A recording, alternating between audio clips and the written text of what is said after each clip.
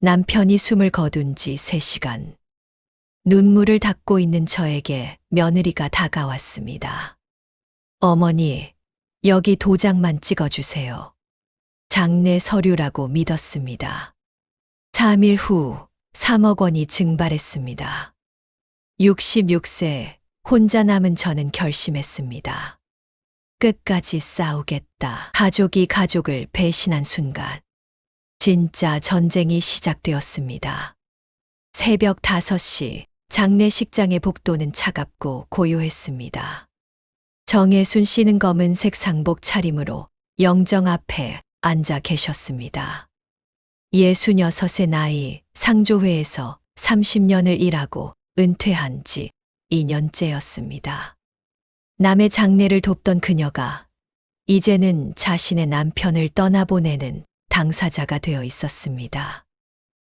여보, 목소리가 쉬어 있었습니다. 어제부터 울었던 탓이었습니다. 영정 속 남편은 환하게 웃고 있었습니다. 5년 전 효도관광 갔을 때 찍은 사진이었죠. 그때는 건강했습니다. 그런데 뇌경색이 왔고 요양원 생활이 시작됐습니다. 그렇게 3년을 버티다가 지난주 조용히 눈을 감으셨습니다. 향 냄새가 코를 찔렀습니다.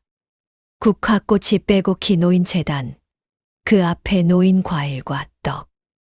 혜순 씨는 이 모든 것이 낯설지 않았습니다. 얼마나 많은 장례를 도왔습니까? 하지만 이건 달랐습니다. 이건 내 사람의 장례였습니다. 조문객이 몇 명 들어왔습니다. 아는 얼굴도 모르는 얼굴도 있었습니다. 그들은 고개를 숙이고 짧은 위로를 건넸습니다. 고인의 명복을 빕니다. 힘내세요. 혜순 씨는 고개를 숙여 답례했습니다. 하지만 그들의 눈빛은 공허했습니다. 형식적인 예의였을 뿐 진심은 없었습니다. 그녀는 알고 있었습니다. 사람들은 장례식장에 와서도 그저 의무를 다할 뿐이라는 것을요. 창밖으로 희미하게 동이 트고 있었습니다. 혜순 씨는 남편의 손을 잡았습니다. 이미 차가워진 손이었습니다. 이제 정말 혼자구나. 그 말이 입 밖으로 새어 나왔습니다. 아무도 듣지 못했습니다. 아니, 들어도 신경 쓰지 않았을 것입니다. 그렇게 장례식의 아침이 시작되었습니다. 오전 9시쯤 장례식장 복도에 구두 소리가 울렸습니다. 어머니. 돌아보니 며느리 최미라 씨가 서 있었습니다. 37, 단정한 검은 정장 차림이었습니다. 머리는 뒤로 깔끔하게 넘겼고 화장도 절제되어 있었습니다. 완벽한 상주 가족의 모습이었습니다. 미라야, 왔구나. 혜순 씨는 힘없이 미소를 지었습니다. 어머니, 많이 힘드시죠? 미라는 혜순 씨의 손을 꼭 잡았습니다. 따뜻한 손이었습니다. 그녀의 눈가에는 눈물이 맺혀 있었습니다. 괜찮아. 그래도 이렇게 내가 와줘서 고맙다. 당연한 일이에요. 제가 있잖아요. 미라는 영정 앞에 무릎을 꿇고 저를 올렸습니다. 정중하고 차분한 동작이었습니다. 혜순 씨는 며느리의 뒷모습을 바라보며 생각했습니다. 참 착한 아이야. 우리 호가 좋은 사람을 만났어. 절을 마친 미라가 일어나 말했습니다. 어머니, 장례 관련 서류들이 많으시죠? 요양원 정산, 병원비 정리, 그리고 유산 관련 절차까지요. 아, 그래 뭐가 뭔지 잘 모르겠구나. 혜순 씨는 고개를 떨구었습니다. 남편이 돌아가신 후로 머릿속이 하얗게 비어 있었습니다. 무엇을 해야 할지, 어디서부터 시작해야 할지 막막했습니다. 걱정 마세요. 서류는 제가 다 처리할게요. 미라의 목소리는 부드럽고 확신에 차 있었습니다. 내가 그렇게 해주면 정말 고맙지. 저도 이제 이 집 식구잖아요. 당연히 도와드려야죠. 그 말에 혜순 씨는 눈시울이 뜨거워졌습니다. 남편을 잃은 슬픔 속에서 며느리의 다정함이 유일한 위로처럼 느껴졌습니다. 하지만 그때였습니다. 미라가 고개를 돌려 복도 쪽을 바라보는 순간 혜순 씨는 무언가 이상한 것을 느꼈습니다. 며느리의 눈빛이 순간적으로 차갑게 변했습니다. 마치 다른 사람을 보는 것 같은 시선이었습니다. 미라야? 네. 아무것도 아니에요. 미라는 재빨리 미소를 지었습니다. 하지만 그 미소는 조금 전과 달랐습니다. 어딘가 억지스러운 느낌이 들었습니다. 혜순 씨는 고개를 갸우뚱했습니다. 하지만 곧 생각을 접었습니다. 내가 너무 예민한가 보다. 장례 때문에 신경이 곤두서 있어. 그럼 어머니, 저는 잠깐 사무실에 다녀올게요. 서류 확인해야 해서요. 그래, 다녀오렴. 미라는 다시 한번 혜순 씨의 손을 꼭 쥐고는 복도를 빠져나갔습니다. 혜순 씨는 그 뒷모습을 멍하니 바라보았습니다. 왠지 모를 불안함이 가슴 한구석에 자리 잡았습니다. 오후 2시 조문객들이 뜸해진 시간이었습니다. 미라가 다시 돌아왔습니다. 손에는 서류 봉투를 들고 있었습니다. 어머니, 잠깐 시간 괜찮으세요? 그래, 무슨 일이니? 미라는 혜순 씨 옆에 앉으며 봉투를 꺼냈습니다. 흰색 봉투 안에는 몇 장의 서류가 들어 있었습니다. 이게 뭐니? 장례 절차용 서류예요. 요양원 퇴소 확인서, 병원비 정산서, 그리고 이건 장례식장 위임장이고요. 미라는 서류들을 하나씩 펼쳐 보였습니다. 복잡한 한자와 작은 글씨들이 빼곡했습니다. 이렇게 많아? 혜순 씨는 서류를 보며 한숨을 쉬었습니다. 평소에도 서류 읽는 것을 어려워했는데 지금은 더욱 머리가 멍했습니다. 네, 아버지께서 요양원에 계셨잖아요. 그래서 절차가 좀 복잡해요. 그렇구나. 어머니, 여기 도장만 찍어주시면 제가 다 처리해 드릴게요. 어머니는 그냥 아버지 곁에 계세요. 미라의 목소리는 여전히 부드러웠습니다. 마치 어린아이를 달래듯 조심스러웠습니다. 정말 고맙구나, 미라야. 혜순 씨는 가방에서 도장을 꺼냈습니다. 남편과 함께 쓰던 부부 도장이었습니다. 이제는 자신의 것만 남았습니다. 여기요, 어머니. 이 칸에 찍으시면 돼요. 미라가 서류의 한 부분을 가리켰습니다. 혜순 씨는 손이 떨렸습니다. 눈물이 또 나올 것 같았습니다. 이건 장례 위임장이라고 했지. 네, 맞아요. 장례식장에서 요구하는 거예요. 혜순 씨는 서류를 자세히 보려 했습니다. 하지만 눈물 때문에 글씨가 흐릿하게 보였습니다. 그리고 머리도 아팠습니다. 내가 요즘 눈도 잘 안 보이고 미라야, 내가 잘 확인한 거지. 당연하죠. 제가 2번이나 확인했어요. 미라는 환하게 웃었습니다. 그 미소가 믿음직스러워 보였습니다. 혜순 씨는 도장을 들었습니다. 손이 계속 떨렸습니다. 여보, 이게 당신과의 마지막 서류네. 중얼거리며 도장을 찍었습니다. 꾹 소리와 함께 붉은 도장이 서류 위에 찍혔습니다. 됐어요, 어머니. 고생하셨어요. 미라는 재빨리 서류를 봉투에 넣었습니다. 그 동작이 유난히 빨랐습니다. 다른 건 안 찍어도 돼. 아니요, 이것만 있으면 돼요. 나머지는 제가 알아서 할게요. 미라는 봉투를 가방 속 깊숙이 넣었습니다. 혜순 씨는 막연한 불안감을 느꼈습니다. 설마 아니야. 며느리가 날 속일 리 없어. 남편과의 마지막 일인데 설마. 그럼 어머니, 저 은행 좀 갔다 올게요. 그래, 다녀오렴. 미라는 다시 복도로 사라졌습니다. 혜순 씨는 자신의 도장을 물끄러미 바라보았습니다. 왠지 모를 찜찜함이 가슴을 짓눌렀습니다. 장례가 끝난 지 사흘째 되는 날이었습니다. 혜순 씨는 텅 빈 집에 홀로 앉아 있었습니다. 아들 정호는 회사로 돌아갔고 며느리 미라도 바쁘다며 집으로 갔습니다. 이제 정말 혼자였습니다. 여보, 유골함을 바라보며 중얼거렸습니다. 남편의 재가 담긴 하얀 함. 그것이 이제 남편의 전부였습니다. 띠링. 그때 휴대폰 문자 소리가 울렸습니다. 혜순 씨는 휴대폰을 집어들었습니다. 은행에서 온 문자였습니다. 국민은행 고객님의 유산 계좌 1234 해지가 완료되었습니다. 출금액 3억 원. 2025년 11월 09일 1432.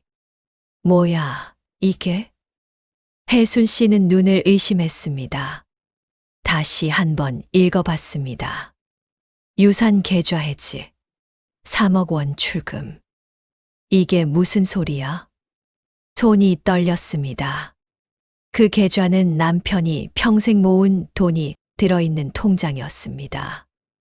요양원비와 장례비를 제외하고도 3억 원 가까이 남아있을 거라고 생각했습니다.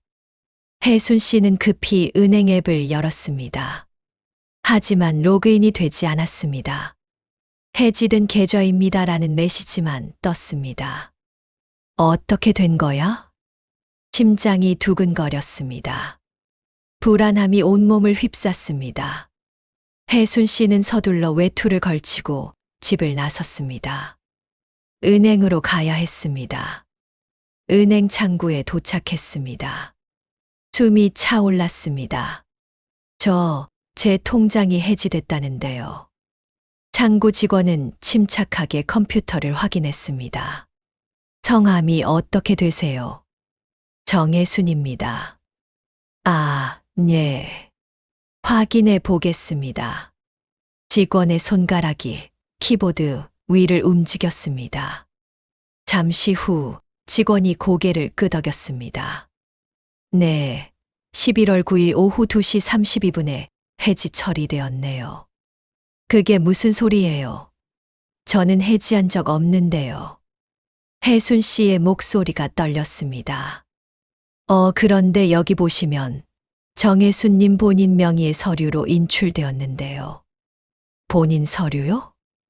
네, 본인 도장이 찍힌 위임장과 신분증 사본이 제출됐습니다. 위임장. 그 순간 혜순 씨의 머릿속이 하얗게 변했습니다. 위임장. 도장. 사흘 전 장례식장에서 미라에게 찍어준 도장이 떠올랐습니다. 그 위임장 누가 가져왔죠? 본인께서 위임하신 분이 오셨습니다. 최미라 씨라고 적혀 있네요. 미라가? 혜순 씨는 그 자리에 굳어버렸습니다. 고객님, 괜찮으세요? 직원이 걱정스러운 표정으로 물었습니다. 하지만 혜순 씨는 대답할 수 없었습니다. 며느리, 최미라. 그녀가 도장을 받아간 날, 그 서류, 장례 위임장이라고 했는데, 혜순 씨는 중얼거렸습니다. 그제야 깨달았습니다.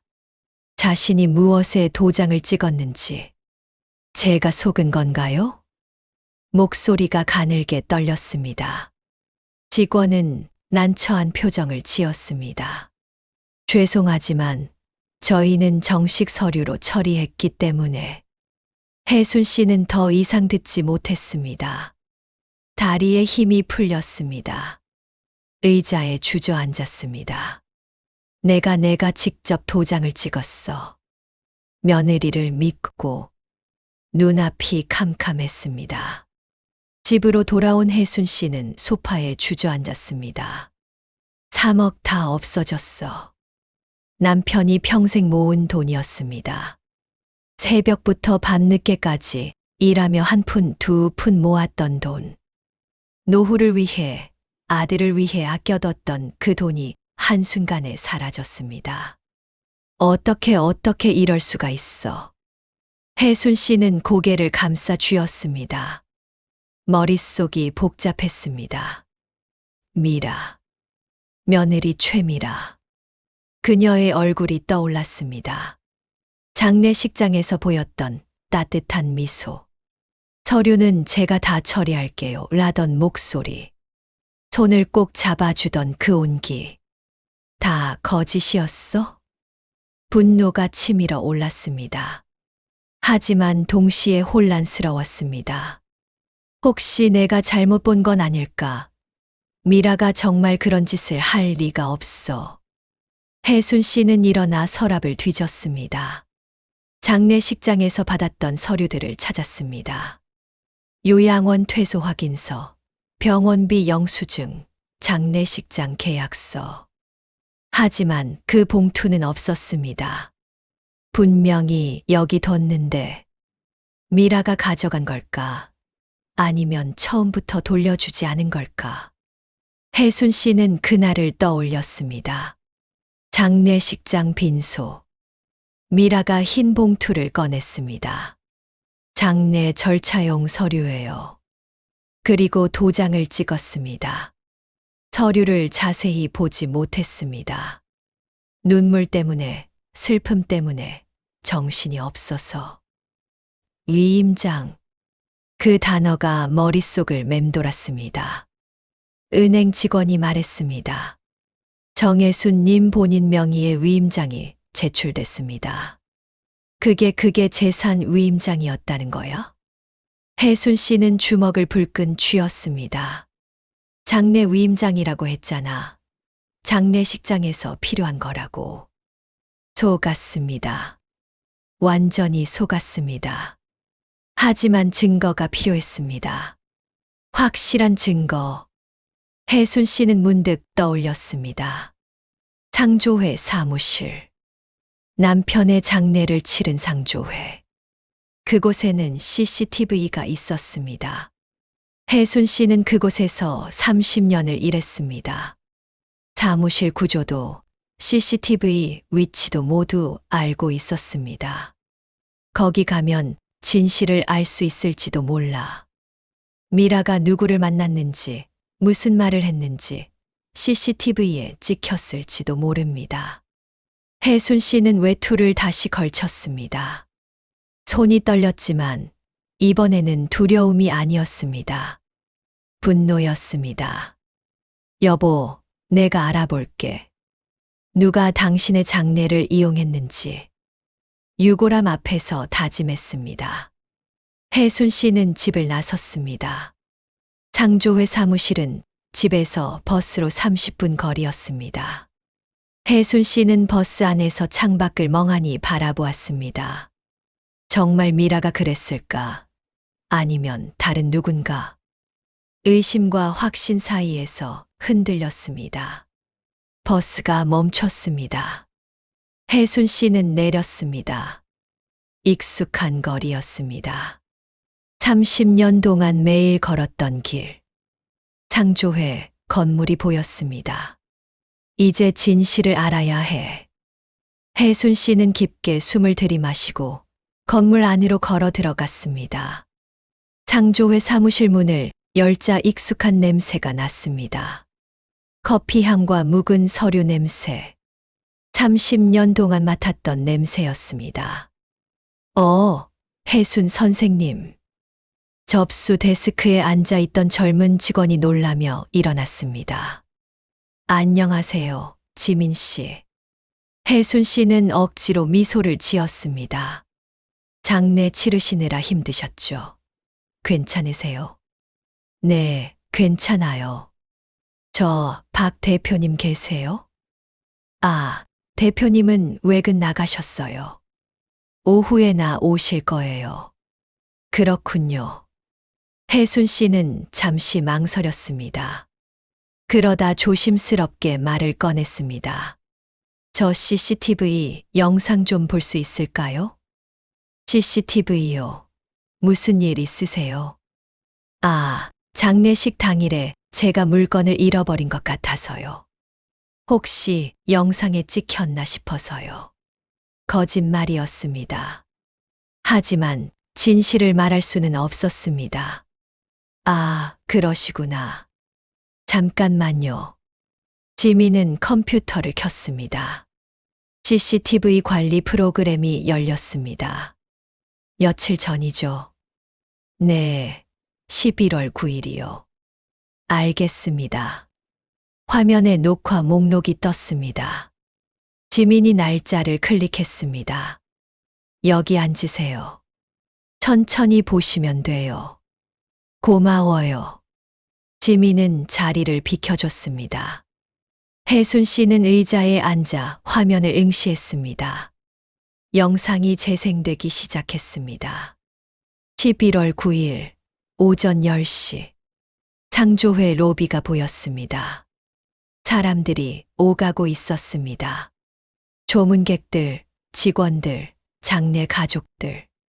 혜순 씨는 빨리 감기를 눌렀습니다.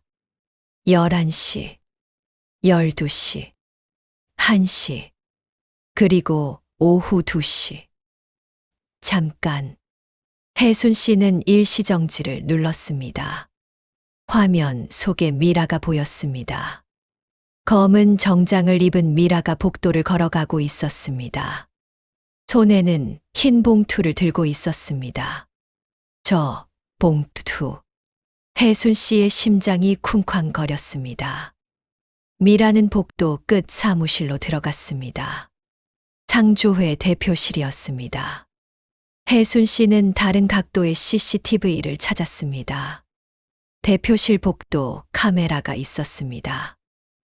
클릭. 화면이 바뀌었습니다. 대표실 문 앞. 미라가 나오고 있었습니다. 하지만 혼자가 아니었습니다. 중년 남자가 함께 나왔습니다. 박태수. 혜순 씨는 그를 알고 있었습니다. 상조회 대표 박태수.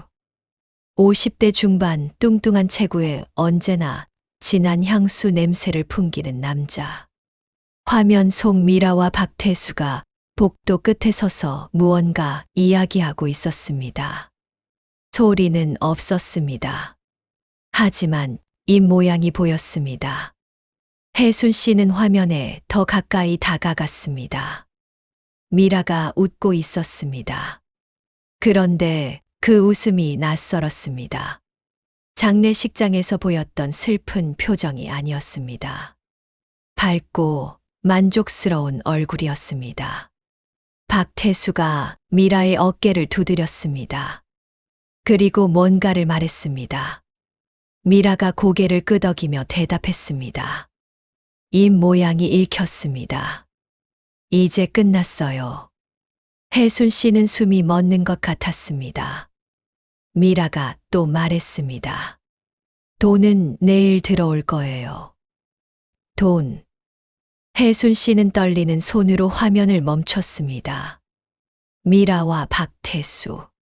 그 둘이 공모한 것이었습니다. 왜 박태수랑?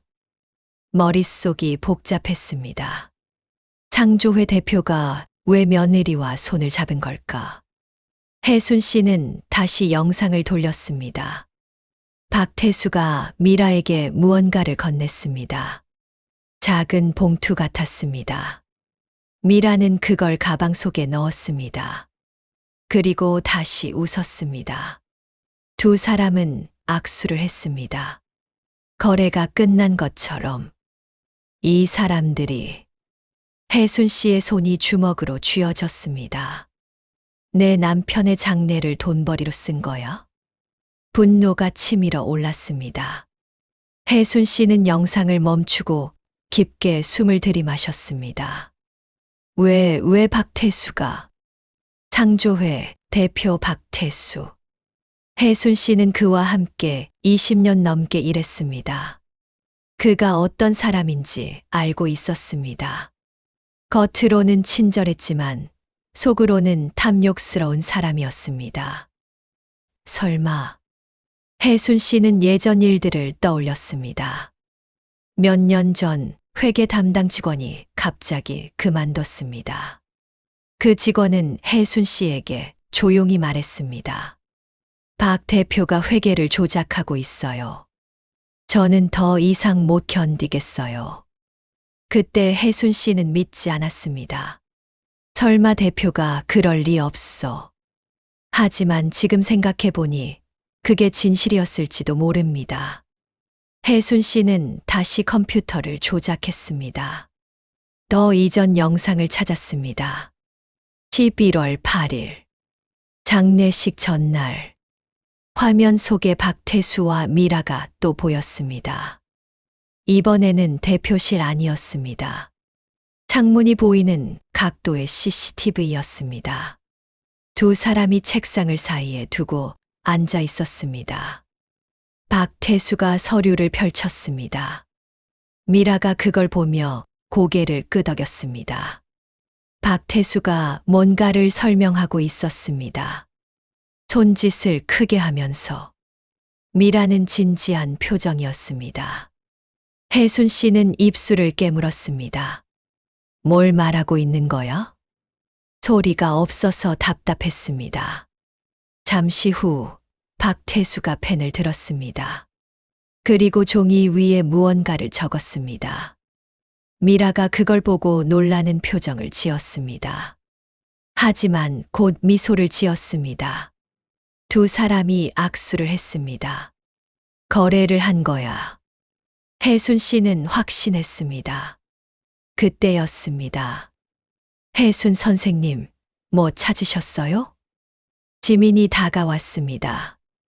혜순 씨는 화들짝 놀라며 화면을 껐습니다. 아, 네. 찾았어요. 고마워요. 다행이네요. 근데 안색이 안 좋으신데 괜찮으세요? 아, 그냥 좀 피곤해서요. 그러시겠어요. 장례 치르시느라 많이 힘드셨죠. 지민은 걱정스러운 표정을 지었습니다. 혜순 씨는 억지로 웃으며 자리에서 일어났습니다. 저 먼저 갈게요. 네, 조심히 가세요. 사무실을 나오는 순간 혜순 씨는 다리가 휘청거렸습니다. 복도 벽에 기대어 숨을 골랐습니다. 박태수 미라 도대체 얼마를 받은 거야? 머릿속에 퍼즐 조각들이 맞춰지기 시작했습니다. 박태수는 상조회 회계에서 돈을 빼돌리고 있었습니다. 하지만 혼자서는 위험했습니다. 누군가의 명의가 필요했습니다. 그때 미라가 나타난 것입니다. 시어머니의 며느리, 신뢰받는 가족, 장례를 핑계로 접근할 수 있는 사람. 위임장 한 장이면 됐겠지. 혜순 씨는 이를 악물었습니다. 박태수는 미라에게 제안했을 것입니다. 위임장만 받아오면 돈을 나눠드리죠. 그리고 미라는 받아들인 것입니다. 시어머니를 속이고 남편의 장례를 이용해서 3억 그걸 둘이 나눠 가진 거야? 혜순 씨의 눈에 눈물이 고였습니다. 분노와 슬픔이 뒤섞였습니다. 여보, 미안해. 내가 조심했어야 했는데. 혜순 씨는 주머니에서 휴대폰을 꺼냈습니다. 떨리는 손으로 번호를 눌렀습니다. 여보세요. 112입니까? 신고할 게 있습니다. 더 이상 참을 수 없었습니다. 증거는 충분했습니다. 이제 법이 판단할 차례였습니다. 집으로 돌아온 혜순 씨는 현관문을 닫자마자 주저앉았습니다. 긴 한숨이 나왔습니다. 온몸에 힘이 빠졌습니다. CCTV 영상이 계속 머릿속을 맴돌았습니다. 미라와 박태수가 웃으며 악수하던 장면. 이제 끝났어요. 돈은 내일 들어올 거예요. 내 남편의 장례를 돈벌이로 쓴 거야? 목소리가 떨렸습니다. 혜순 씨는 거실로 들어갔습니다. 탁자 위에 하얀 유골함이 놓여 있었습니다. 남편의 재가 담긴 함. 혜순 씨는 그 앞에 무릎을 꿇었습니다. 여보. 손을 뻗어 유골함을 어루만졌습니다. 차가운 도자기 표면이 느껴졌습니다. 미안해. 내가 당신을 지키지 못했어. 눈물이 흘러내렸습니다. 당신이 평생 모은 돈 우리가 늙어서 쓰려고 아꼈던 그 돈을 3억이나 되는 돈을 저 사람들이 다 가져갔어. 목이 메었습니다. 혜순 씨는 유골함을 꼭 껴안았습니다. 당신 장례식 날, 난 아무것도 몰랐어. 슬픔에 빠져서 정신없어서 그 사람들이 뭘 하는지 전혀 몰랐어. 자책감이 밀려왔습니다. 도장을 찍을 때 조금만 더 자세히 봤더라면, 조금만 더 의심했더라면. 하지만 후회해도 소용없었습니다. 이미 일어난 일이었습니다. 혜순 씨는 유골함을 내려놓고 남편의 영정사진을 바라보았습니다. 사진 속 남편은 환하게 웃고 있었습니다. 건강하던 시절의 모습이었습니다. 여보, 미라가 그랬어. 우리 며느리가, 내가 그렇게 믿었던 그 아이가. 분노가 치밀었습니다. 장례식장에서 내 손을 잡고 울던 그 아이가 뒤에서는 돈 계산을 하고 있었어. 혜순 씨는 주먹을 불끈 쥐었습니다. 그리고 박태수. 내가 20년 넘게 같이 일했던 그 사람이 당신 장례를 이용했어. 분노와 배신감이 뒤섞였습니다. 사람들이 이렇게 무서운 거였어. 혜순 씨는 고개를 떨구었습니다. 잠시 침묵이 흘렀습니다. 거실 시계 소리만 똑딱똑딱 울렸습니다. 혜순 씨는 다시 고개를 들었습니다. 눈물을 닦았습니다. 하지만 여보, 난 이대로 있지 않을 거야. 목소리에 힘이 실렸습니다. 당신이 평생 일하며 모은 돈, 그걸 그냥 빼앗기게 둘 수 없어. 혜순 씨는 유골함 앞에 두 손을 모았습니다. 그리고 당신 이름, 정혜순이라는 내 이름, 그걸 지킬 거야. 결연한 표정이었습니다. 저 사람들은 우리 이름을 더럽혔어. 위임장에, 서류에, 돈거래에 우리 이름을 갖다 썼어. 혜순 씨는 일어섰습니다. 하지만 난 가만히 있지 않을 거야. 끝까지 싸울 거야. 창밖을 바라보았습니다. 해가 지고 있었습니다. 여보, 내가 지켜줄게. 당신 이름도, 내 이름도.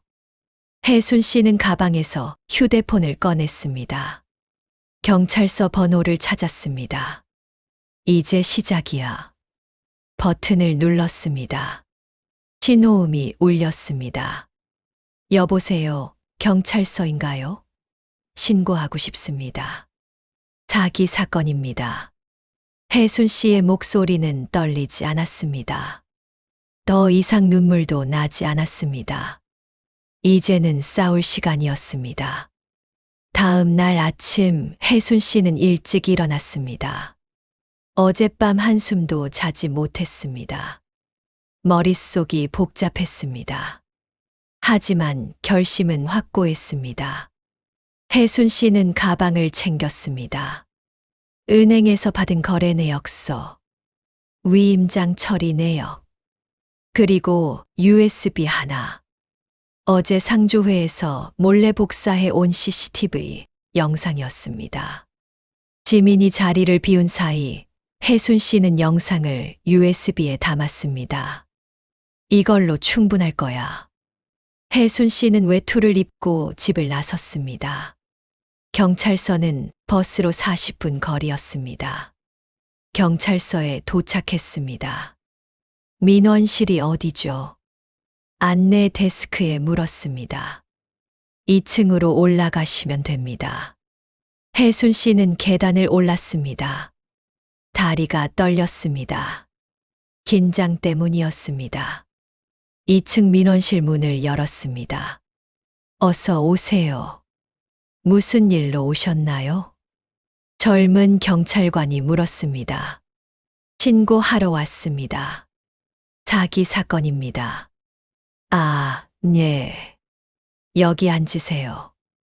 경찰관은 혜순 씨를 작은 상담실로 안내했습니다. 어떤 사기를 당하셨나요? 제 며느리가 저를 속였습니다. 혜순 씨는 떨리는 목소리로 말했습니다. 경찰관은 메모를 하기 시작했습니다. 자세히 말씀해 주시겠어요? 혜순 씨는 깊게 숨을 들이마셨습니다. 그리고 모든 것을 설명했습니다. 남편의 장례, 며느리가 건넨 서류, 도장을 찍은 일, 그리고 사라진 3억 원. 경찰관의 표정이 점점 굳어졌습니다. 그래서 증거를 가지고 왔습니다. 혜순 씨는 가방에서 서류들을 꺼냈습니다. 이게 은행 거래 내역서고요. 이게 위임장 처리 확인서입니다. 경찰관이 서류를 받아들었습니다. 그리고 이게 CCTV 영상입니다. USB를 내밀었습니다. CCTV요. 네. 제 며느리가 상조회 대표와 만나는 장면입니다. 둘이 돈 이야기를 하는 게 찍혀 있어요. 경찰관은 놀란 표정을 지었습니다. 잠깐만요. 제가 담당 형사님을 모셔올게요. 경찰관이 자리를 떴습니다. 잠시 후 40대 중반쯤 되어 보이는 형사가 들어왔습니다.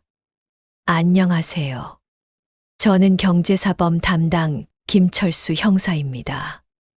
안녕하세요. 혜순 씨는 일어나 인사했습니다. 앉으세요. 제가 사건 내용을 들었는데 심각하네요. 김 형사는 서류들을 하나씩 살펴보았습니다. 이 위임장 보여주실 수 있나요? 아, 원본은 제게 없습니다. 며느리가 가져갔거든요. 하지만 은행에서 처리 내역을 받아왔어요. 김 형사는 내역서를 꼼꼼히 읽었습니다. 이건 장례 위임장이 아니네요. 네. 여기 보세요. 본인의 모든 예금 계좌에 대한 해지 및 인출 권한을 위임함이라고 적혀 있습니다. 혜순 씨는 숨이 막혔습니다. 이건 장례 위임장이 아닙니다. 재산 위임장이에요. 김 형사의 말에 혜순 씨는 고개를 떨구었습니다. 역시 속은 거였어요. 이 정도면 명백한 사기입니다. 김 형사의 목소리가 단호했습니다. 며느리분이 고의로 다른 서류를 건넨 거죠. 그리고 이 CCTV 영상까지 있다면 김 형사는 USB를 컴퓨터에 꽂았습니다. 영상이 재생되었습니다. 미라와 박태수가 악수하는 장면, 돈 이야기를 나누는 장면. 김 형사는 심각한 표정으로 영상을 봤습니다. 이거 상조회 대표도 공범이네요. 네. 박태수라는 사람입니다. 알겠습니다. 두 사람 모두 조사하겠습니다. 김 형사는 진술서 양식을 꺼냈습니다. 자, 그럼 진술서를 작성하시죠. 처음부터 끝까지 자세히 적어주세요. 혜순 씨는 펜을 들었습니다. 손이 떨렸지만 또박또박 적어 내려갔습니다. 남편의 죽음, 장례식, 위임장, 사라진 돈, 모든 것을. 일주일이 지났습니다. 혜순 씨는 김철수 형사에게서 연락을 받았습니다. 정혜순 씨, 오늘 오후에 피의자들을 체포할 예정입니다. 정말요? 네. 증거가 충분합니다. 은행 기록, CCTV, 그리고 박태수의 회계 장부까지 확보했습니다. 감사합니다, 형사님. 혜순 씨는 전화를 끊고 창밖을 바라보았습니다. 드디어 복잡한 감정이 밀려왔습니다. 오후 3시 혜순 씨는 집에서 뉴스를 보고 있었습니다. 그때 속보가 떴습니다. 속보입니다. 서울 강남구 소재상조회 대표와 직원이 장내 유가족 대상 사기 혐의로 경찰에 검거되었습니다. 혜순 씨는 숨을 멈췄습니다. 화면이 바뀌었습니다. 상조회 건물 앞 경찰차 2대가 서 있었습니다. 그리고 경찰관들이 박태수를 끌고 나왔습니다. 박태수는 고개를 숙인 채 수갑을 찬 손으로 얼굴을 가렸습니다. 상조회 대표 박태수 55는 장례 절차를 악용해 유가족의 재산을 빼돌린 혐의를 받고 있습니다. 기자의 목소리가 들렸습니다. 혜순 씨는 화면을 뚫어지게 바라보았습니다. 박태수 드디어 잡혔구나. 하지만 미라는 보이지 않았습니다. 미라는 어디 있지? 그때 화면이 또 바뀌었습니다. 강남의 한 회사 건물 앞. 경찰관들이 건물에서 나왔습니다. 그리고 그 사이에 미라가 있었습니다. 검은 코트를 입은 미라. 수갑을 찬 그녀의 얼굴이 화면에 잡혔습니다.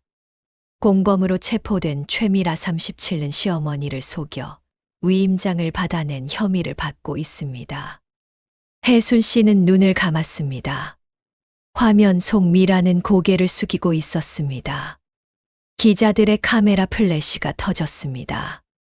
최미라 씨, 시어머니께 할 말씀 있으신가요? 왜 그런 짓을 하셨습니까? 기자들이 마이크를 들이댔습니다. 미라는 대답하지 않았습니다. 그저 고개를 떨군 채 경찰차에 올라탔습니다. 혜순 씨는 리모컨을 내려놓았습니다. 미라. 가슴이 먹먹했습니다. 분노도 있었지만 동시에 슬픔도 느껴졌습니다. 어쩌다 이렇게 됐을까? 며느리였습니다. 아들의 아내였습니다. 가족이라고 믿었던 사람이었습니다. 왜 그랬을까? 혜순 씨는 중얼거렸습니다. 돈 때문이었을까? 아니면 다른 이유가 있었을까? 혜순 씨는 알 수 없었습니다. 휴대폰이 울렸습니다. 아들 정우였습니다. 엄마. 목소리가 떨리고 있었습니다. 엄마, 지금 뉴스 봤어요. 미라가 체포됐어요. 응, 봤어. 이게 무슨 일이에요? 미라가 정말 그런 짓을 했어요? 호야, 엄마도 힘들어. 나중에 얘기하자. 엄마, 하지만 나중에. 혜순 씨는 전화를 끊었습니다.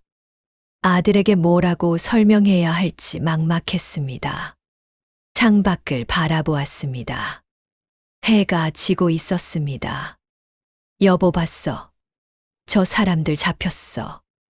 유골함을 향해 중얼거렸습니다. 이제 끝난 걸까? 하지만 혜순 씨는 알고 있었습니다. 이건 끝이 아니라 시작이라는 것을. 이제 재판이 남아 있었습니다. 그리고 진실을 밝혀야 했습니다. 아직 끝나지 않았어. 혜순 씨는 눈을 감고 깊게 숨을 들이마셨습니다. 그날 저녁 아들 정호가 집에 찾아왔습니다. 초인종을 누르는 소리가 급했습니다. 띠링띠링띠링. 혜순 씨가 문을 열자 정호가 숨을 헐떡이며 서 있었습니다. 엄마, 호야, 들어와. 정호는 집 안으로 들어와 소파에 주저앉았습니다. 엄마, 도대체 무슨 일이에요? 미라가 체포됐다는데 이게 무슨 소리예요? 목소리가 떨렸습니다. 눈은 충혈되어 있었습니다. 혜순 씨는 천천히 정호 옆에 앉았습니다. 호야, 엄마가 설명할게. 엄마, 미라가 그런 짓을 할 리가 없어요. 분명 오해가 있을 거예요. 정호는 고개를 저었습니다. 오해가 아니야. 혜순 씨의 목소리는 단호했습니다. 엄마, 그게 무슨 말이에요? 내 아내가 날 속였어. 증거가 다 있어. 정호는 믿을 수 없다는 표정을 지었습니다. 무슨 증거요? 혜순 씨는 가방에서 서류들을 꺼냈습니다. 이거 봐. 은행 거래 내역이야. 정호는 서류를 받아들었습니다. 3억, 이게 뭐예요? 아버지가 평생 모은 돈이야. 그 돈이 다 사라졌어. 그게 미라랑 무슨 상관이에요? 미라가 가져갔어. 위임장을 위조해서. 혜순 씨는 또 다른 서류를 내밀었습니다. 이거 봐. 재산 위임장이야. 미라가 나한테 장례 서류라고 거짓말하고 도장을 받아갔어. 정호는 서류를 읽었습니다. 얼굴이 창백해졌습니다. 이건 미라 필체가 아니에요. 서명은 미라가 한 거야. 여기 봐. 혜순 씨가 서명 부분을 가리켰습니다. 정호는 말을 잃었습니다. 그리고 이것도 봐. 혜순 씨는 휴대폰을 꺼내 CCTV 영상을 보여줬습니다. 이게 뭐예요? 상조회 CCTV야. 미라가 박태수 대표랑 만나는 장면이야. 영상이 재생되었습니다. 미라와 박태수가 웃으며 악수하는 모습. 돈 이야기를 나누는 모습. 정호는 화면을 멍하니 바라보았습니다. 이게 정말 미라예요? 그래. 정호는 고개를 떨구었습니다. 한참 동안 침묵이 흘렀습니다. 엄마 미라가 왜 그랬을까요? 정호의 목소리가 가늘게 떨렸습니다. 나도 몰라.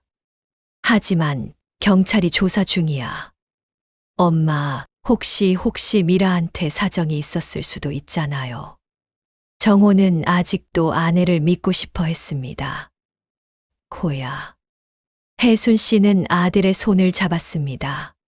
사정이 있어도 그건 잘못된 거야. 남의 돈을 훔치는 건 범죄야.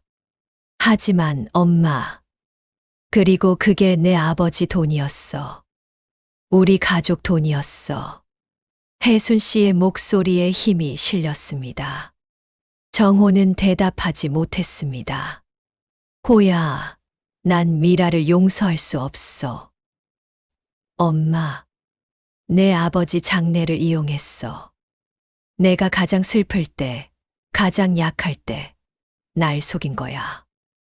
눈물이 흘러내렸습니다. 정호도 눈시울이 붉어졌습니다. 엄마, 저는 어떻게 해야 해요? 모르겠어. 그건 내가 결정할 일이야. 혜순 씨는 아들의 어깨를 토닥였습니다. 하지만 호야, 진실은 받아들여야 해. 미라는 잘못을 저질렀어. 정호는 고개를 끄덕였습니다. 하지만 눈빛은 여전히 혼란스러워 보였습니다. 엄마, 저 좀 혼자 있고 싶어요. 그래. 천천히 생각해봐.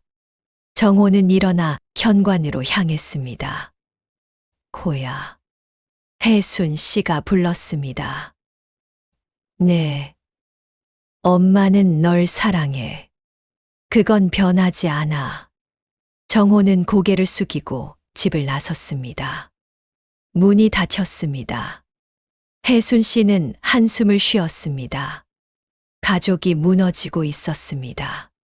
한 달이 지났습니다. 첫 번째 공판이 열리는 날이었습니다. 혜순 씨는 검은색 정장을 입고 법원에 도착했습니다. 손에는 작은 가방 하나만 들고 있었습니다. 법원 건물은 위압적이었습니다. 높은 천장, 차가운 대리석 바닥, 엄숙한 분위기. 혜순 씨는 복도를 걸으며 숨을 고르려 애썼습니다. 괜찮아. 진실은 밝혀질 거야. 법정 문 앞에 섰습니다. 김철수 형사가 다가왔습니다. 정혜순 씨, 준비되셨어요? 네, 형사님.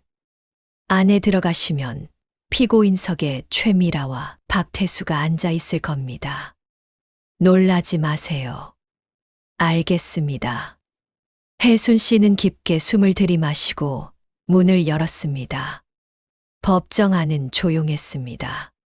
방청석에는 사람들이 앉아 있었습니다. 기자들도 몇 명 보였습니다. 혜순 씨는 지정된 자리에 앉았습니다. 그리고 천천히 고개를 들었습니다.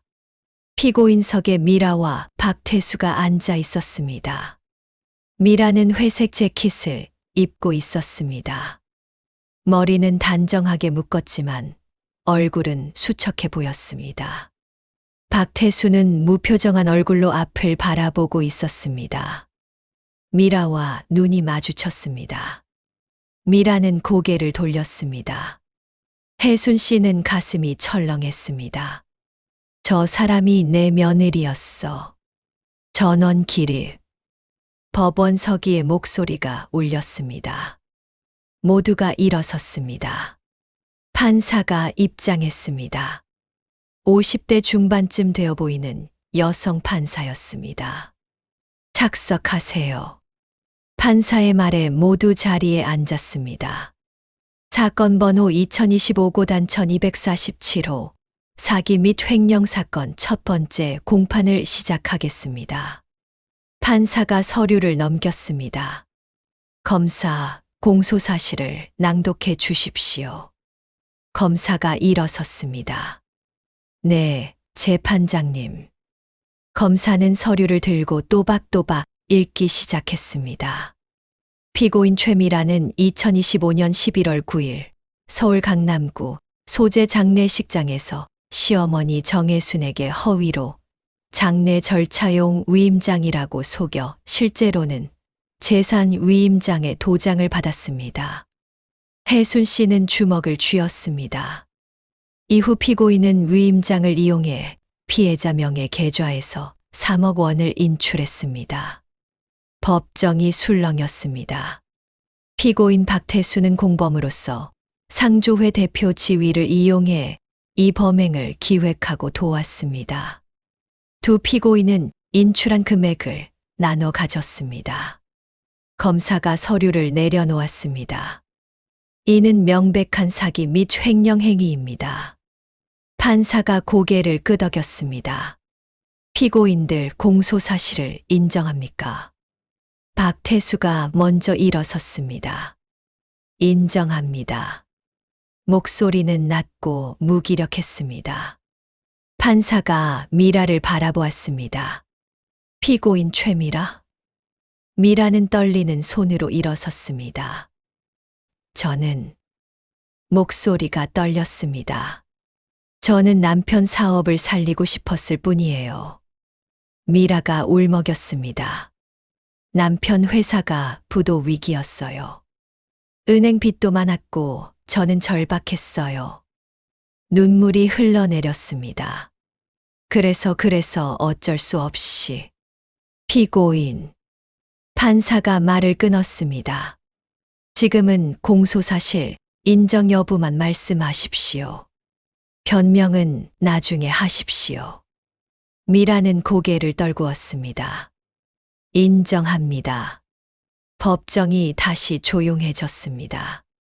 혜순 씨는 미라를 바라보았습니다. 눈물을 흘리는 며느리. 남편 사업을 살리려고? 그게 이유였습니까? 혜순 씨는 가슴이 답답했습니다. 이유가 있다고 해서 잘못이 용서되는 건 아니었습니다. 두 번째 공판 날이었습니다. 오늘은 피해자 증언이 있는 날이었습니다. 혜순 씨는 법정 대기실에서 차례를 기다리고 있었습니다. 손이 차갑게 식어 있었습니다. 김철수 형사가 다가왔습니다. 정혜순 씨, 곧 들어가셔야 합니다. 준비되셨죠? 네, 괜찮습니다. 그냥 사실대로만 말씀하시면 됩니다. 너무 긴장하지 마세요. 혜순 씨는 고개를 끄덕였습니다. 문이 열렸습니다. 증인 정혜순 씨, 입장해 주십시오. 법원 서기의 목소리가 들렸습니다. 혜순 씨는 일어섰습니다. 법정으로 들어갔습니다. 모든 시선이 혜순 씨에게 쏠렸습니다. 증인석으로 걸어갔습니다. 다리가 떨렸지만 꾹 참았습니다. 증인석에 올라섰습니다. 판사가 물었습니다. 증인 성함과 생년월일을 말씀해 주세요. 정혜순입니다. 1959년 3월 12일생입니다. 선서하시겠습니까? 네. 혜순 씨는 오른손을 들었습니다. 양심에 따라 숨김없이 사실대로 말하고 만일 거짓말이 있으면 위증의 벌을 받기로 맹세합니다. 착석하세요. 혜순 씨는 의자에 앉았습니다. 검사가 일어났습니다. 증인 피고인 최미라가 증인과 어떤 관계인지 말씀해 주시겠습니까? 제 며느리입니다. 며느리와의 관계는 어땠습니까? 혜순 씨는 잠시 말을 멈췄습니다. 좋았습니다. 좋았다는 게 구체적으로 어떤 의미인가요? 저는 며느리를 믿었습니다. 아들이 좋은 사람을 만났다고 생각했습니다. 목소리가 떨렸습니다. 결혼 후에도 관계가 원만했나요? 네. 명절마다 찾아왔고 제 생일도 챙겨줬습니다. 저는 며느리가 착하다고 생각했습니다. 검사가 고개를 끄덕였습니다. 그런데 지난 11월 9일 장례식장에서 어떤 일이 있었습니까? 혜순 씨는 깊게 숨을 들이마셨습니다. 며느리가 서류를 가져왔습니다. 장례 절차용 서류라고 했습니다. 그리고요? 도장을 찍어달라고 했습니다. 저는 의심하지 않았습니다. 며느리니까요. 그 서류가 무엇인지 확인하셨습니까?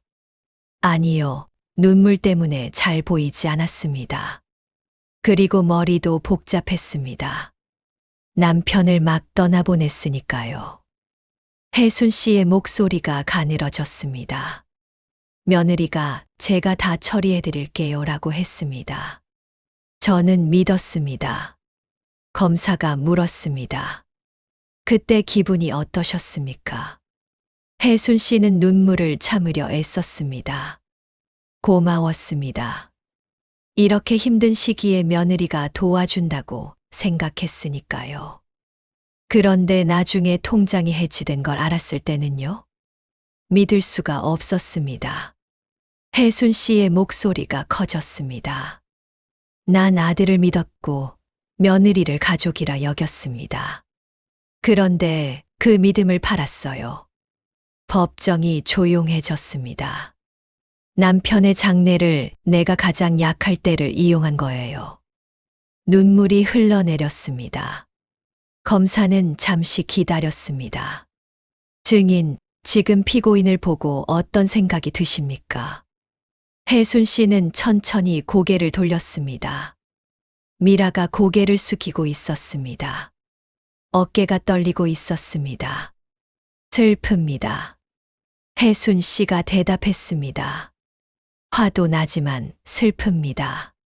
저 아이도 한때는 제 가족이었으니까요. 판사가 물었습니다. 더 하실 말씀 있으십니까? 혜순 씨는 고개를 끄덕였습니다. 사람은 어려울 때 진짜 모습이 드러난다고 하더군요. 저는 그걸 배웠습니다. 혜순 씨는 미라를 바라보았습니다. 하지만 아무리 힘들어도 가족을 배신하면 안 됩니다. 그건 절대로 용서받을 수 없는 일입니다. 법정의 공기가 무거워졌습니다. 세 번째 공판 날이었습니다. 오늘은 피고인 박태수에 대한 신문이 있는 날이었습니다. 혜순 씨는 방청석에 앉아 있었습니다. 판사가 서류를 넘기며 말했습니다. 피고인 박태수, 증인석에 나오십시오. 박태수가 천천히 일어났습니다. 체중이 많이 빠진 것 같았습니다. 얼굴은 헬쑥하고 눈 밑에는 다크서클이 짙었습니다. 증인석에 올라섰습니다. 검사가 일어났습니다. 피고인은 상조회 대표로서 이번 사기 행각을 기획했습니까? 박태수는 고개를 끄덕였습니다. 네. 언제부터 이런 계획을 세웠습니까? 작년부터입니다. 작년부터요? 자세히 설명해 주시겠습니까? 박태수는 깊게 한숨을 쉬었습니다. 상조회 회계가 엉망이었습니다. 제가 사업 확장에 돈을 너무 많이 썼습니다. 빚이 쌓였고 은행에서 대출도 막혔습니다. 그래서요? 돈이 필요했습니다. 그래서 고객들의 선납금을 빼돌리기 시작했습니다. 법정이 술렁였습니다. 선납금을요? 네. 상조 서비스 가입자들이 미리 낸 돈입니다. 그 돈을 제 빚을 갚는 데 썼습니다. 검사가 서류를 꺼냈습니다. 그 액수가 얼마나 됩니까? 약 5억 원 정도입니다. 방청석에서 한숨 소리가 들렸습니다. 그런데 왜 피고인 최미라와 손을 잡았습니까? 박태수는 미라 쪽을 흘끗 봤습니다. 혼자서는 위험했습니다. 나중에 회계 감사가 들어오면 들킬 게 뻔했습니다. 그래서 누군가의 명의가 필요했습니다. 그때 최미라가 나타난 겁니까? 네. 최미라는 제게 먼저 연락했습니다. 먼저요? 네. 남편 사업 때문에 돈이 급하다고 했습니다. 대출도 안 되고 방법이 없다고 울었습니다. 미라가 고개를 떨구었습니다. 그래서 제가 제안했습니다. 시어머니 명의로 돈을 빼낼 수 있다고요. 검사가 물었습니다. 위임장 도용은 누구 아이디어였습니까? 박태수는 잠시 망설였습니다. 제 아이디어였습니다. 어떻게 진행했습니까? 저는 최미라에게 재산 위임장 양식을 줬습니다.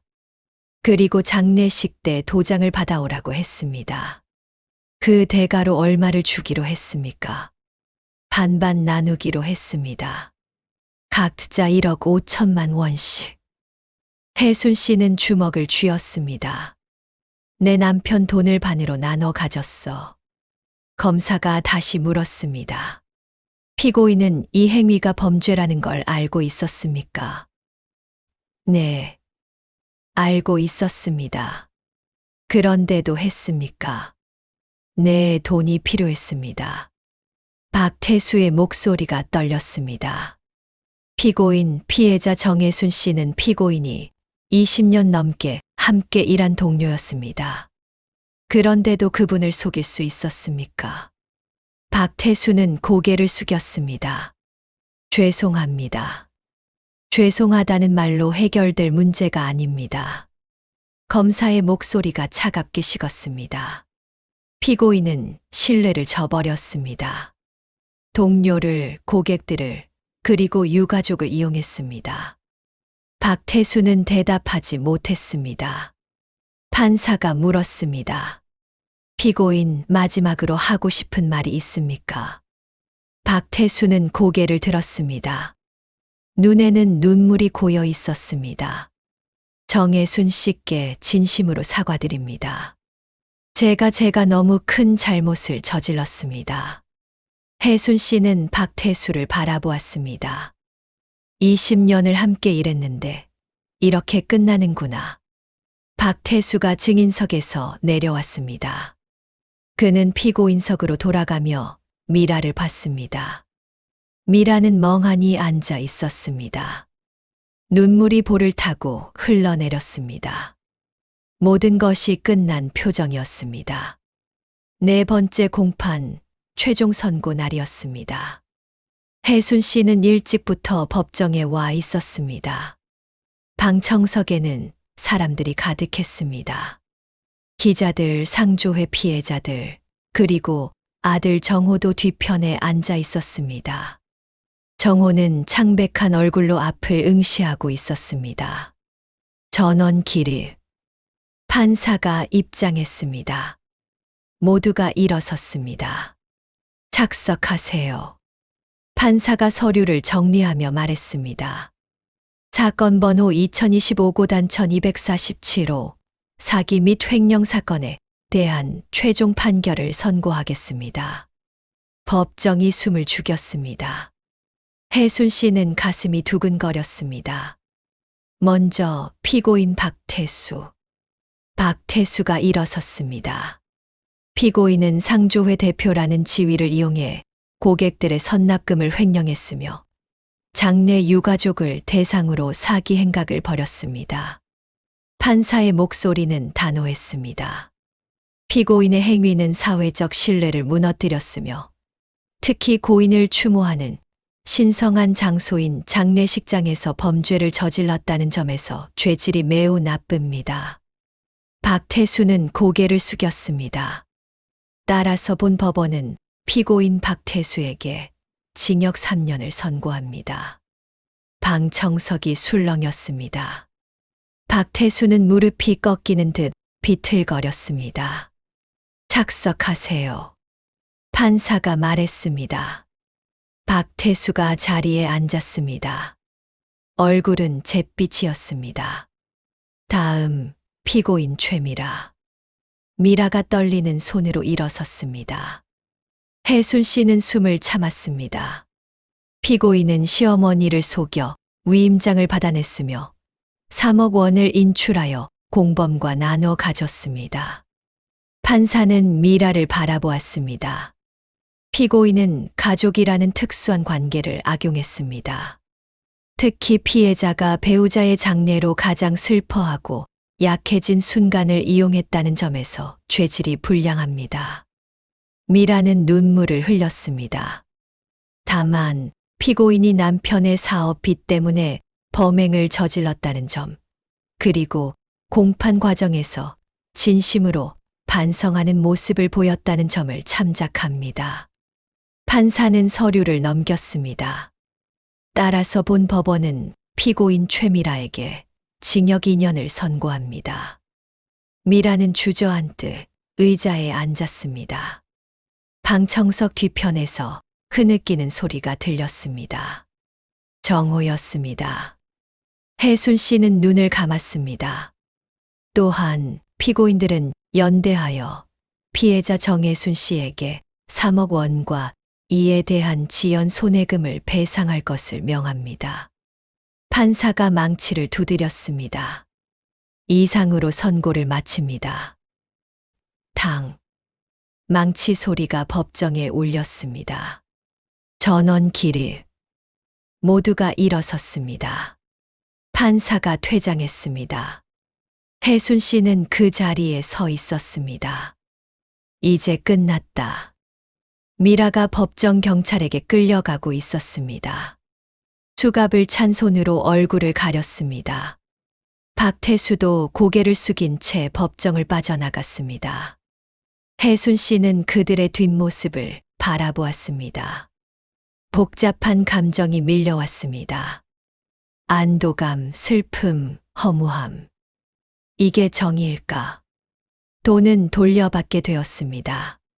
범인들도 처벌받았습니다. 하지만 마음 한구석이 텅 비어 있었습니다. 김철수 형사가 다가왔습니다. 정혜순 씨, 수고하셨습니다. 감사합니다, 형사님. 배상금은 형 집행 후 나오게 될 겁니다. 시간이 좀 걸리겠지만요. 네, 알겠습니다. 혜순 씨는 가방을 들었습니다. 법정 문을 나섰습니다. 복도에 정호가 서 있었습니다.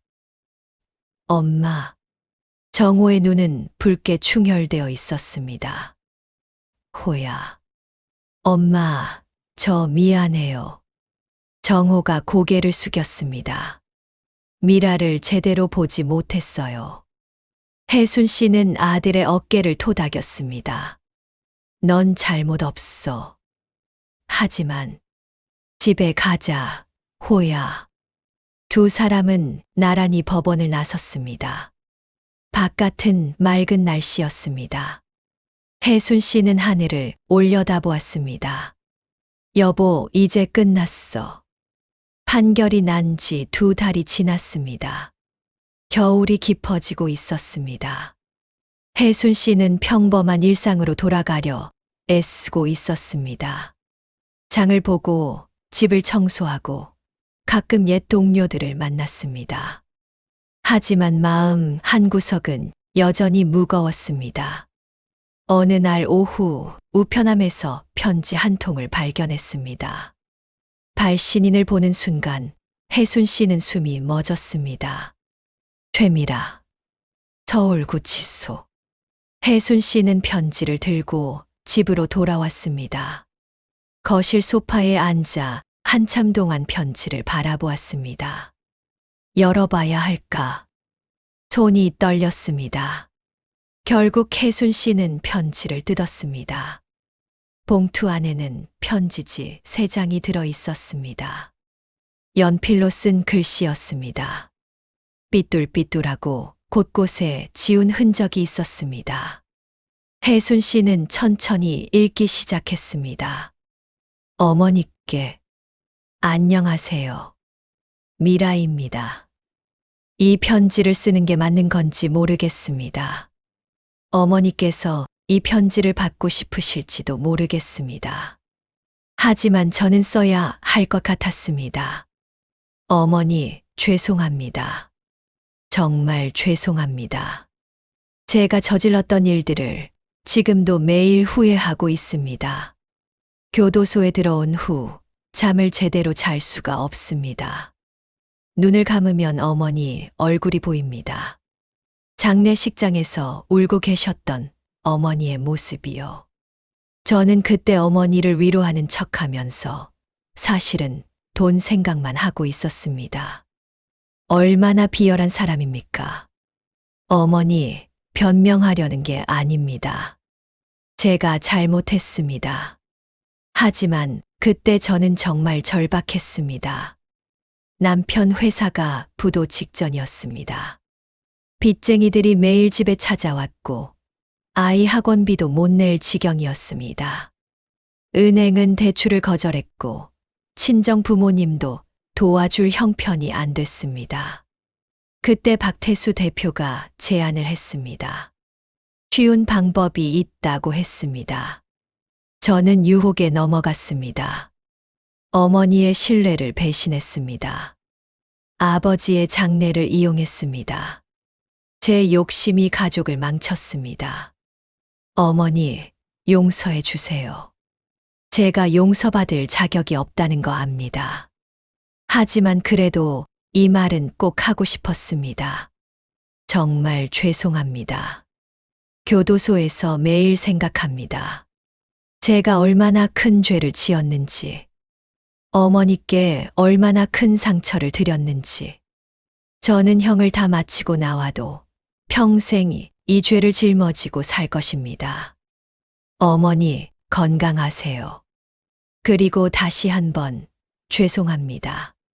최미라 올림. 혜순 씨는 편지를 내려놓았습니다. 눈물이 흘러내렸습니다. 미라. 복잡한 감정이 밀려왔습니다.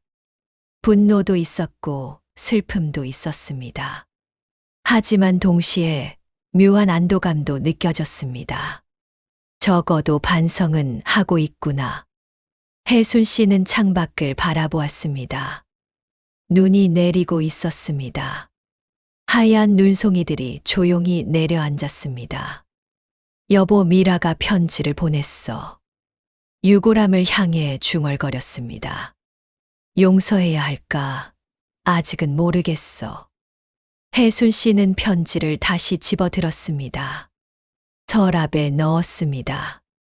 언젠가는 답장을 쓸 수 있을까? 아직은 아니었습니다. 하지만 언젠가는 그럴 수 있을지도 모르겠다는 생각이 들었습니다. 혜순 씨는 창밖에 눈을 바라보았습니다. 세상은 여전히 돌아가고 있었습니다. 저녁 식사 시간이었습니다. 혜순 씨는 혼자 밥상을 차렸습니다. 작은 밥그릇 하나, 국 한 그릇, 반찬 몇 가지. 예전에는 남편과 둘이서 먹던 식탁이었습니다. 가끔 아들 가족이 와서 북적이던 곳이었습니다.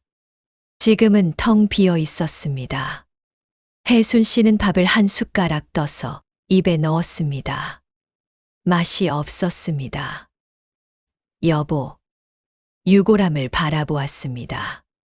거실 장롱 위에 놓인 하얀 함. 남편의 재가 담긴 곳.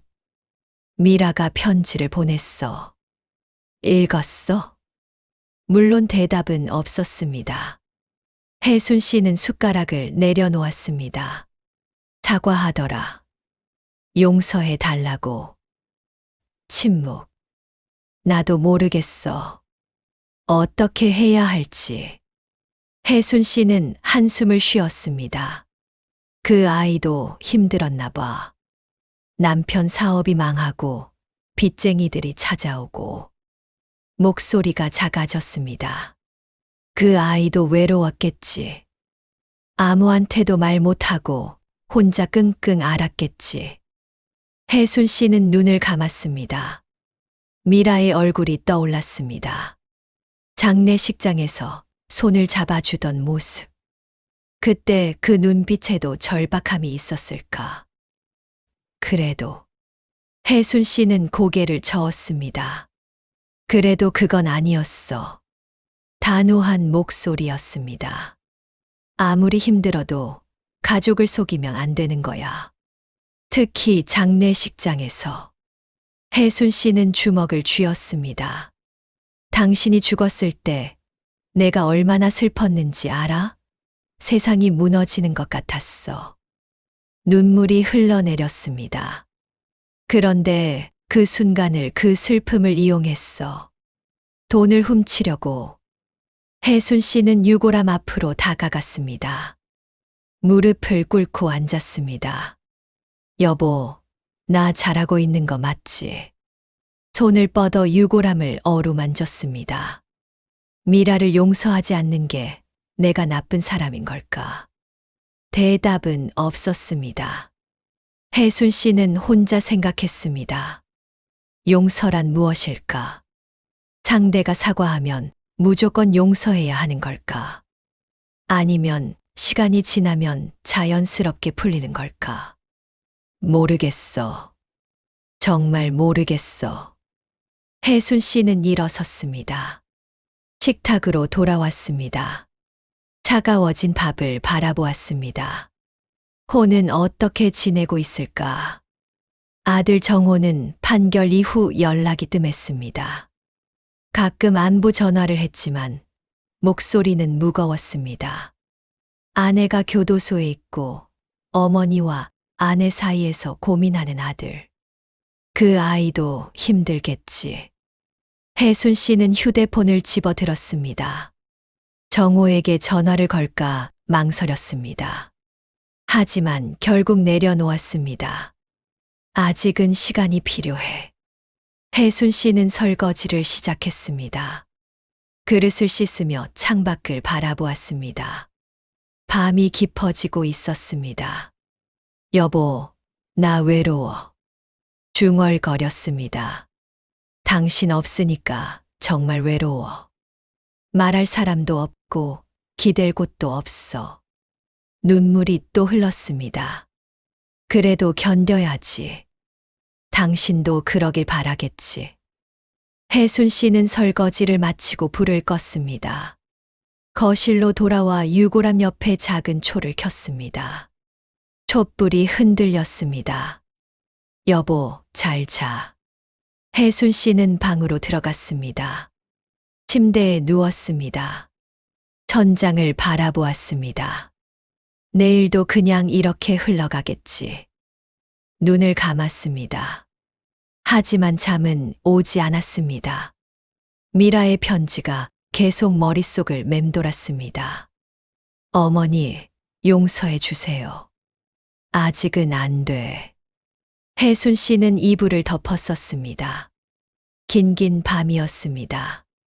봄이 왔습니다. 판결이 난 지 넉 달이 지났습니다. 혜순 씨는 상조회에서 전화를 받았습니다. 정혜순 선생님, 저 신임 대표 이강민입니다. 아, 네. 안녕하세요. 선생님, 혹시 다시 일하실 의향이 있으신가요? 혜순 씨는 놀랐습니다. 네, 제가요? 네. 박태수 전 대표가 떠나고 회사가 많이 어려워졌습니다.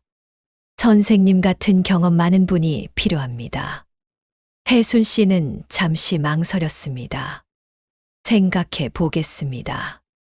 전화를 끊은 후 혜순 씨는 한참 동안 고민했습니다.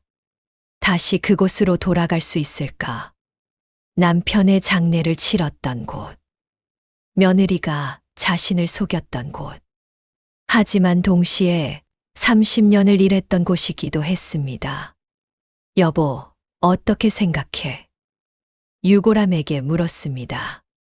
대답은 없었지만 혜순 씨는 결심했습니다. 다시 시작해 볼까? 일주일 후 혜순 씨는 상조회 사무실 문을 열었습니다. 익숙한 냄새가 났습니다. 커피 향과 꽃향기. 어서 오세요. 젊은 직원이 밝게 웃으며 맞았습니다. 새로 입사한 26살 여직원 박지수였습니다. 안녕하세요. 정혜순입니다. 아, 정혜순 선생님, 소문 많이 들었어요. 30년 경력이시라고요. 그렇습니다. 혜순 씨는 사무실을 둘러보았습니다. 많이 변했습니다. 벽지도 새로 바뀌었고 책상 배치도 달라졌습니다. 하지만 본질은 같았습니다. 여전히 장례를 돕는 곳이었습니다. 선생님, 이쪽이 선생님 자리예요. 지수가 안내했습니다. 혜순 씨는 책상에 앉았습니다. 창밖이 보이는 자리였습니다. 선생님, 오늘은 오리엔테이션만 하시고 내일부터 본격적으로 일하시면 돼요. 알겠습니다.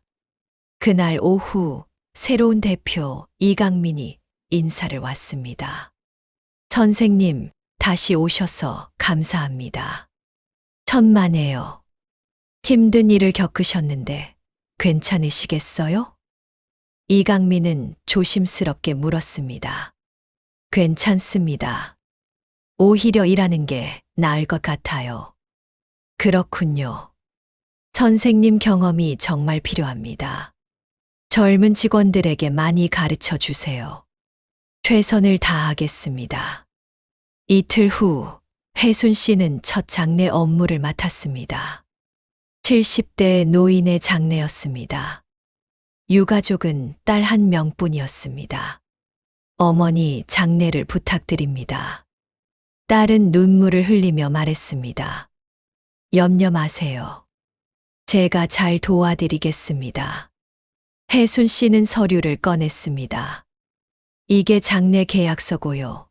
이건 화장 신청서입니다. 딸이 서류를 보며 물었습니다. 이거 다 읽어봐야 하나요? 네, 천천히 읽어보세요. 확인하신 후에 서명하시면 됩니다. 그때 박지수가 다가왔습니다. 선생님, 제가 도와드릴까요? 서류 처리 제가 해드릴게요. 혜순 씨는 고개를 저었습니다. 아니, 괜찮아요. 하지만 선생님, 일이 많으시잖아요. 괜찮아요, 지수 씨. 혜순 씨는 단호하게 말했습니다. 도장은 내가 직접 확인하고 찍을게요. 지수는 조금 의아한 표정을 지었지만 고개를 끄덕였습니다. 알겠습니다. 혜순 씨는 유가족에게 서류를 자세히 설명했습니다. 한 장 한 장 놓치는 것 없이. 여기 서명하시고 여기 도장 찍으시면 됩니다. 딸은 조심스럽게 서명했습니다. 감사합니다. 정말 꼼꼼하게 설명해 주셔서요. 당연한 일입니다. 혜순 씨는 미소를 지었습니다. 이제는 같은 일이 반복되지 않게 할 거야. 서류를 정리하며 생각했습니다. 아무도 자신처럼 당하지 않도록. 장래의 신성함이 지켜지도록. 여보, 내가 제대로 하고 있지? 마음속으로 남편에게 물었습니다. 창밖으로 봄 햇살이 들어왔습니다. 따뜻했습니다. 상조회에서 일한 지 한 달이 지났습니다. 혜순 씨는 점점 일에 익숙해졌습니다. 장례 상담, 서류 처리, 유가족 돕기. 예전에 하던 일들이었습니다. 어느 날 오후 장례식장 복도를 지나가다 벽에 붙은 문구를 발견했습니다. 죽음은 끝이 아니라 이름이 남는 일이다. 혜순 씨는 걸음을 멈췄습니다. 이름이 남는 일. 그 문구를 한참 동안 바라보았습니다. 갑자기 남편이 떠올랐습니다. 남편의 이름, 정우진. 평범한 이름이었습니다. 하지만 그 이름에는 50년의 삶이 담겨 있었습니다. 성실하게 일했던 남자, 가족을 사랑했던 아버지, 아내를 아꼈던 남편. 그게 정우진이라는 이름이었습니다. 여보, 당신 이름. 혜순 씨는 중얼거렸습니다. 그리고 자신의 이름을 생각했습니다.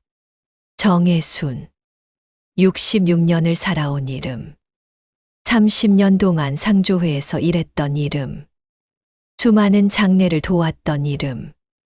내 이름. 그런데 그 이름이 더럽혀졌었습니다. 위임장에, 은행 서류에, 사기 사건에. 정혜순이라는 이름이 범죄에 이용되었습니다. 그때 정말 화가 났어. 혜순 씨는 주먹을 쥐었습니다. 내 이름을 그렇게 쓰다니. 하지만 이제는 다릅니다. 재판을 거쳐 진실이 밝혀졌습니다. 정혜순은 피해자였습니다. 사기꾼이 아니었습니다. 이름을 되찾은 거야. 혜순 씨는 미소를 지었습니다. 여보, 당신 이름도 지켰어. 당신이 모은 돈을 훔친 사람들 다 처벌받았어.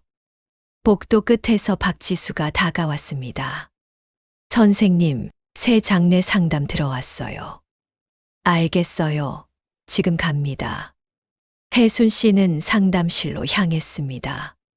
상담실에는 50대 남자가 앉아 있었습니다. 안녕하세요. 정혜순입니다. 안녕하세요. 아버지 장례를 의뢰하려고 합니다. 아버님 연세가 어떻게 되세요? 83입니다. 두 사람은 차분히 상담을 진행했습니다. 장례 일정, 비용, 절차. 혜순 씨는 하나하나 설명했습니다. 그리고 이게 계약서입니다. 읽어보시고 서명해 주세요. 남자는 서류를 꼼꼼히 읽었습니다.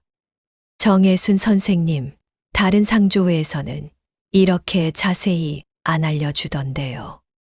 당연히 알려드려야죠. 고객님의 권리니까요. 감사합니다. 믿음이 갑니다. 남자는 웃으며 서명했습니다. 상담이 끝나고 남자가 떠났습니다. 혜순 씨는 계약서를 정리하며 생각했습니다. 이게 내 일이야. 내 이름으로 하는 일. 정직하게, 성실하게 유가족을 돕는 일. 그게 정혜순이라는 이름의 의미였습니다. 이름을 잃지 말자. 혜순 씨는 속으로 다짐했습니다. 돈에 팔지 말자. 유혹에 넘어가지 말자. 창밖을 바라보았습니다. 햇살이 따뜻했습니다. 여보, 당신도 그렇게 살았잖아. 이름 더럽히지 않고.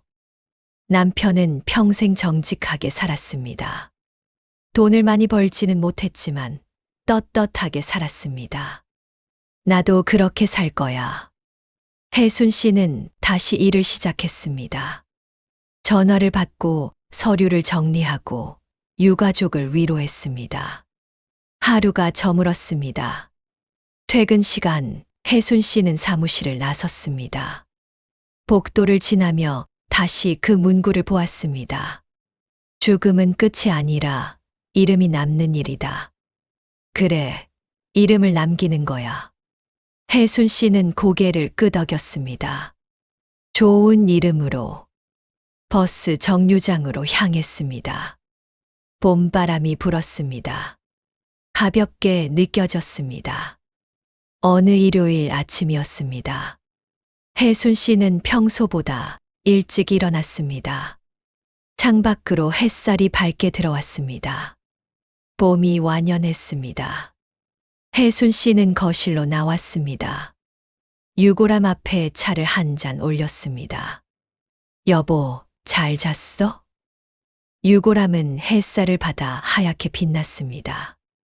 혜순 씨는 식탁에 앉았습니다. 서랍에서 깨끗한 하얀 종이 한 장을 꺼냈습니다. 그리고 펜을 들었습니다. 한참 동안 빈 종이를 바라보았습니다. 무엇을 쓸까? 혜순 씨는 천천히 쓰기 시작했습니다. 나, 정혜순은 오늘 나 자신에게 약속합니다. 첫째, 다시는 섣불리 믿지 않겠습니다. 가족이라도, 친구라도 서류는 끝까지 확인하겠습니다. 둘째, 내 도장은 내가 직접 관리하겠습니다. 아무리 가까운 사람이라도 함부로 맡기지 않겠습니다. 셋째, 슬플 때일수록 더 조심하겠습니다. 약할 때 사람들이 다가온다는 걸 잊지 않겠습니다. 넷째, 내 이름을 지키겠습니다. 정혜순이라는 이름이 정직하고 떳떳하게 남도록 살겠습니다. 다섯째, 남편 정우진의 이름도 지키겠습니다.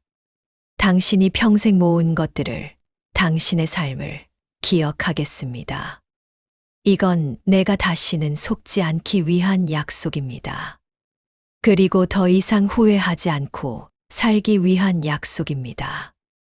2025년 5월 15일 정혜순. 혜순 씨는 펜을 내려놓았습니다. 종이를 천천히 읽어 내려갔습니다. 눈시울이 뜨거워졌습니다. 여보 봤어?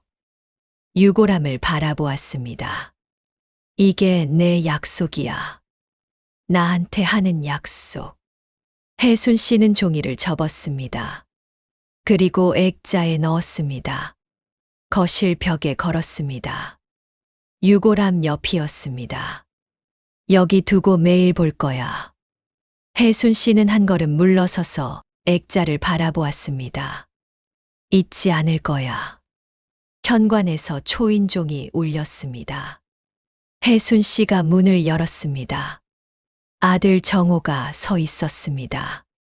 엄마, 안녕하세요. 호야, 어서 와. 정호는 조심스럽게 집 안으로 들어왔습니다.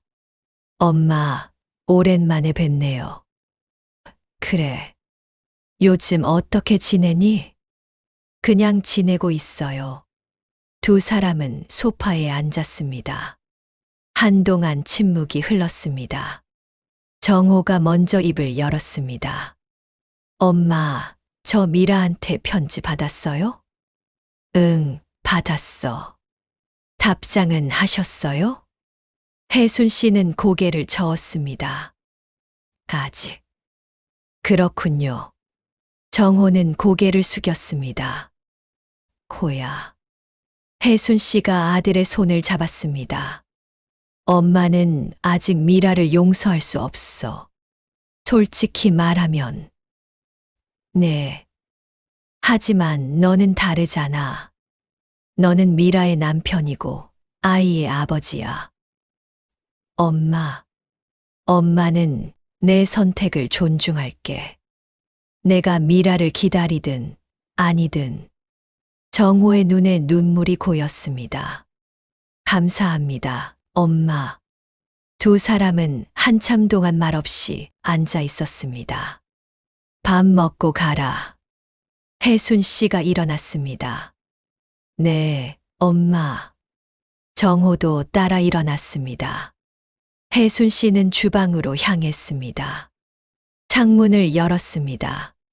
봄바람이 불어왔습니다. 따뜻하고 부드러웠습니다. 여보, 우리 아들이 왔어. 중얼거렸습니다. 오늘은 셋이서 밥 먹는 거야. 혜순 씨는 밥을 하기 시작했습니다. 거실에서는 정호가 아버지 유골함 앞에 앉아 있었습니다. 아버지, 잘 계셨어요? 작은 목소리가 들렸습니다. 혜순 씨는 미소를 지었습니다. 창문 너머로 아침 햇살이 환하게 비쳤습니다. 새로운 하루였습니다. 새로운 시작이었습니다. 에필로그 그 후 1년이 흘렀습니다. 혜순 씨는 여전히 상조회에서 일하고 있었습니다. 오늘도 유가족을 만나고 서류를 확인하고 장례를 도왔습니다. 퇴근길 혜순 씨는 시장에 들렀습니다. 할머니, 고등어 2마리 주세요. 네, 여기요. 장을 보고 집으로 돌아왔습니다. 현관문을 열자 정호가 거실에 앉아 있었습니다. 어머니, 다녀오셨어요? 호야. 언제 왔어? 조금 전에요. 열쇠 있어서 들어왔어요. 혜순 씨는 미소를 지었습니다. 판결 이후 정호는 한 달에 2~3번씩 찾아왔습니다. 함께 밥을 먹고 아버지 앞에 절을 하고 그냥 이야기를 나눴습니다. 오늘 저녁은 고등어 구이야. 좋아요. 제가 도와드릴게요. 두 사람은 함께 저녁을 준비했습니다. 식탁에 앉아 밥을 먹으며 정호가 조심스럽게 말했습니다. 어머니, 미라가 다음 달에 출소해요. 혜순 씨는 수저를 멈췄습니다. 그래. 네. 모범수로 인정받아서 형기가 줄었대요.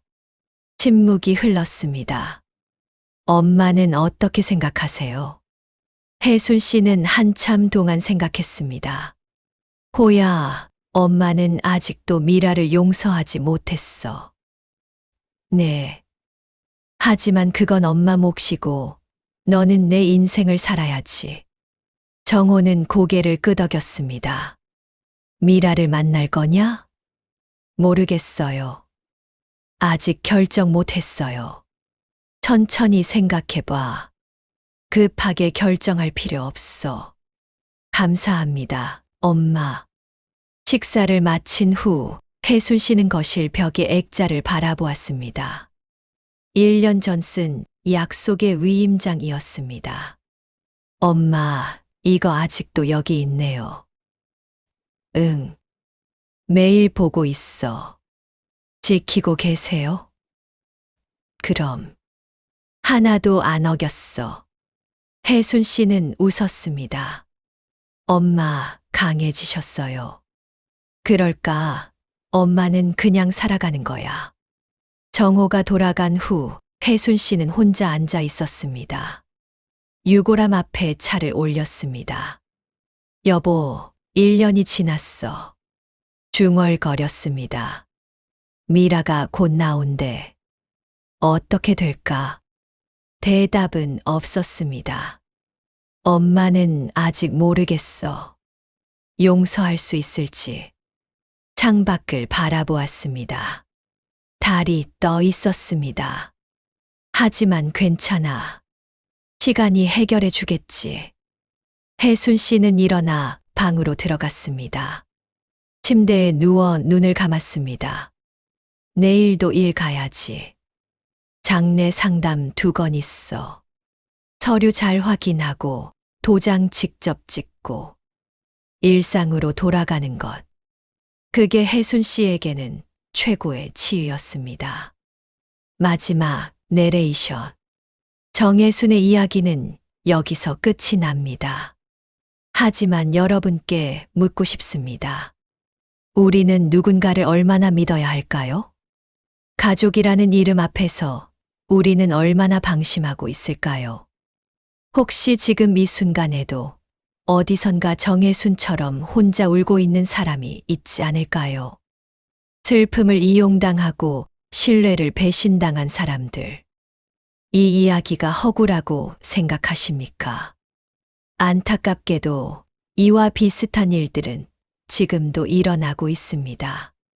장례식장에서, 병원에서, 요양원에서 가장 약한 순간, 가장 슬픈 순간을 노리는 사람들이 있습니다. 그러니 부디 조심하십시오. 서류는 끝까지 읽으십시오. 도장은 직접 확인하고 찍으십시오. 아무리 가까운 사람이라도 중요한 일은 스스로 챙기십시오. 그리고 만약 정혜순처럼 배신을 당했다면 무너지지 마십시오. 일어서십시오. 싸우십시오. 당신의 이름을 지키십시오. 정혜순은 무너지지 않았습니다. 그리고 여전히 자신의 이름으로 살아가고 있습니다. 당신도 할 수 있습니다. 사람은 돈으로 시험받고 이름으로 심판받습니다.